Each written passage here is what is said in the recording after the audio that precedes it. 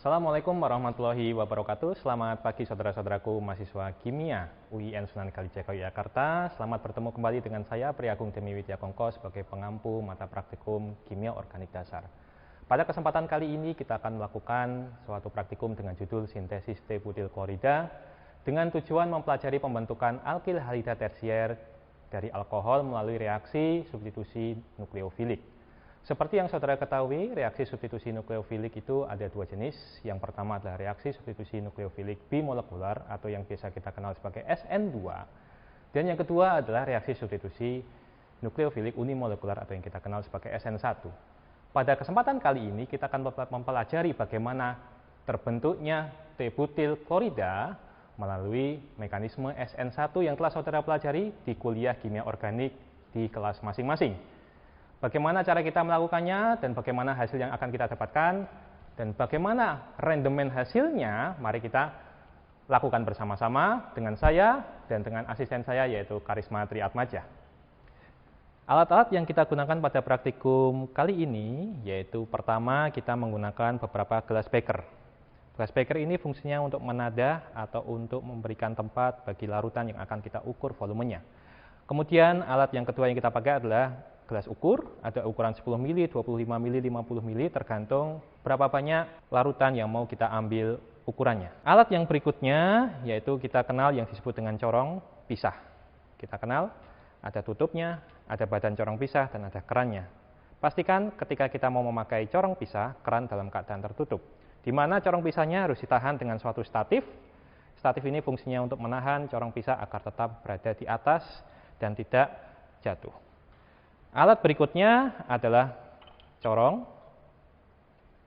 lalu spatula kaca, botol semprot beserta aquades di dalam isinya, sendok sungu,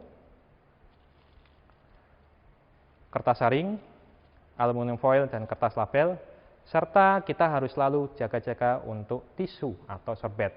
Fungsinya untuk membersihkan kembali barang-barang alat-alat yang telah kita pakai setelah dicuci dan kita membersihkan lagi meja yang telah kita pakai untuk melakukan praktikum. Lalu bahan-bahan yang kita pakai pertama, tentu saja bahan utama yaitu T-butanol. Nanti akan kita takar sejumlah 10 ml. Selanjutnya kita menggunakan bahan asam klorida atau HCl dengan konsentrasi 1 molar sebagai reaktan kedua. Nanti akan kita takar sejumlah 40 ml.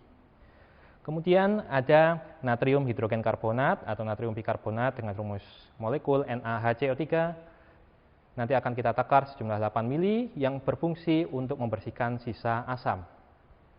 Lalu ada aquades yang nanti akan kita takar sejumlah 8 ml yang fungsinya untuk membersihkan sisa ion Cl- di dalam sistem produk tadi. Yang berikutnya kita menggunakan natrium sulfat anhidrat. Fungsinya untuk menarik kelebihan air yang terdapat pada produk sehingga produk kita betul-betul bebas dari air. Langkah pertama yang kita lakukan adalah mencampurkan T-butil alkohol atau T-butanol ke dalam suatu corong pisah dan berikutnya kita langsung campur dengan HCl. Takarannya T-butil alkohol sejumlah 10 ml dan HCl sejumlah 40 ml. Lalu kita lakukan pengocokan dengan hati-hati dengan sesekali membuka keran agar gas HCl yang muncul dari reaksi tersebut bisa lepas dan bisa keluar dari sistem corong pisah agar tidak mengganggu reaksi lebih lanjut.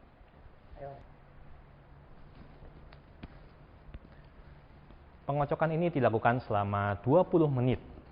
Selama 20 menit itu saudara harus rajin-rajin untuk melepaskan gas melalui pembukaan keran supaya gas tersebut tidak terakumulasi di dalam suatu corong pisah sehingga menyebabkan ledakan. Nah, ledakan itu pastinya tidak ingin kita alami semuanya, karena itu berujung pada suatu luka atau berujung pada kecelakaan yang fatal. Untuk itu, lakukan ini di suatu tempat yang terbuka dan selalu untuk membuka keran setiap saat ketika itu diperlukan agar akumulasi gas tidak bertambah banyak dan tidak menyebabkan ledakan. Setelah 20 menit pengocokan, kita letakkan kembali corong pisah tersebut ke dalam suatu statif. Dan kita tunggu sehingga terbentuk dua lapisan. Seperti yang saudara ketahui, dua lapisan tersebut merupakan lapisan organik yang berada di atas dan lapisan air yang berada di bawah. Lapisan organik kita harapkan tadi terdapat produk yaitu berupa T-butil klorida. Sedangkan lapisan air itu adalah sisa asam yang tidak bereaksi. Setelah itu kita akan lakukan pemisahan di antara keduanya dengan membuka keran dan kita buang lapisan bawahnya sehingga hanya tersisa lapisan atas. Lapisan atas tersebut merupakan lapisan dari produk yang kita inginkan yaitu T-butil klorida. Setelah tahap pertama kita lalui, kita berlanjut ke tahap kedua yaitu kita membersihkan sisa asam di dalam campuran produk kita, yaitu dengan jalan bagaimana? Dengan menambahkan larutan NaHCO3 sejumlah 8 ml ke dalam corong pisah dan kita lakukan pengocokan lagi selama 20 menit.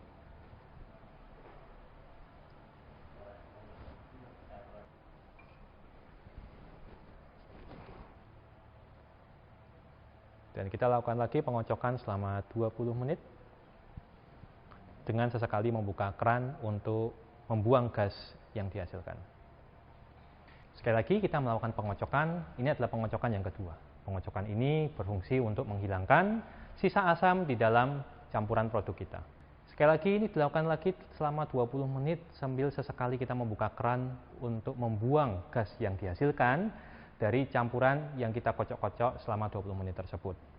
Nanti kita akan melakukan lagi pengocokan yang ketiga yang berfungsi untuk membersihkan sisa ion Cl- di dalam campuran produk menggunakan Aquades.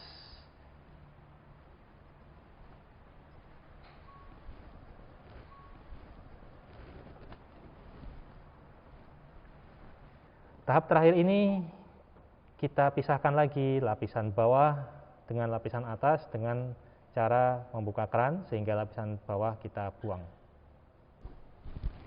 Kita akan mendapatkan produk berada di lapisan atas, yaitu pada lapisan organik. Tahap selanjutnya, kita akan membersihkan air yang masih berada pada produk kita dengan mencampurkannya menggunakan natrium sulfat anhidrat. Fungsi natrium sulfat anhidrat yaitu menarik air. Berapa banyak yang kita tambahkan, itu tergantung dari jumlah air yang masih ada di produk kita. Sehingga kita terus saja menambahkan sampai air itu sudah tidak menempel pada natrium sulfat anhidrat. Bagaimana cirinya natrium sulfat anhidrat itu telah menyerap semua air? Cirinya adalah ketika kita menambahkan natrium sulfat anhidrat dan kita kocok, dia tidak menempel pada dasar gelas. Ini natrium sulfat anhidrat warna putih. Baik, kita seadanya dulu, lalu kita kocok-kocok. Ketika dia masih menempel, berarti dia masih memiliki air. Kita tambahkan lagi natrium sulfat anhidrat sampai kita menjumpai natrium sulfat anhidrat yang tidak menempel pada dasar gelas. Setelah kita lihat natrium sulfat anhidrat sudah tidak menempel pada dasar gelas, kita sudah pastikan bahwa produk kita sudah bebas dari air. Kita timbang terlebih dahulu gelas ukur kita.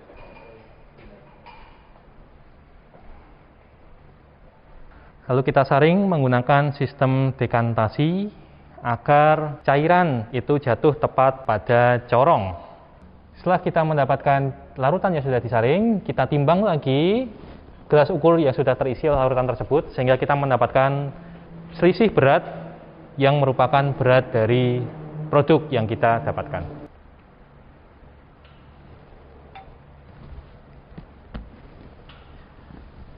Alhamdulillahirrahmanirrahim, telah sampailah kita pada akhir sesi praktikum kita dan kita sudah mendapatkan produk akhir kita berupa cairan berwarna bening atau tidak berwarna dengan volume 5 ml. Lalu saudara nantinya juga akan mendapatkan suatu gramasi atau berat bersih dari larutan tersebut atau cairan ini. Dan nantinya saudara bisa menghitung massa jenis. Setelah kami menghitung, saya bersama asisten menghitung, massa jenis dari cairan yang kita dapatkan adalah 0,82 gram per mililiter. Tugas saudara nantinya setelah ini mencocokkan apakah massa jenis tersebut sudah sesuai dengan massa jenis dari T-butil klorida yang kita inginkan sebagai produk. Saudara bisa menuliskan alasannya, saudara bisa menuliskan juga teori-teorinya mengenai T-butil klorida, dan tugas saudara di laporan adalah menulis laporan yang menunjukkan mekanisme reaksi pembentukan T-butil klorida dari T-butil alkohol dengan HCl. Lalu yang kedua, saudara membuktikan bahwa produk yang kita hasilkan betul-betul produk dari T-butil klorida. Dan yang ketiga, saudara menghitung rendemen. Nah, berat yang kita dapatkan adalah berapa, Mas Karisma? 4,1058 gram. Sekali lagi, 4,1058 gram dan volumenya adalah 5 ml. Laporan dikumpulkan dalam seminggu ke depan. Selamat mengerjakan, saudara sekalian. Jika ada pertanyaan, silakan saudara tanyakan kepada saya atau kepada asisten. Terima kasih. Selamat berjumpa kembali dan selamat menjaga kesehatan. Kita bisa lawan corona bersama. Insya Allah, satu waktu kita pasti bertemu di laboratorium secara luring. Assalamualaikum warahmatullahi wabarakatuh. Selamat siang.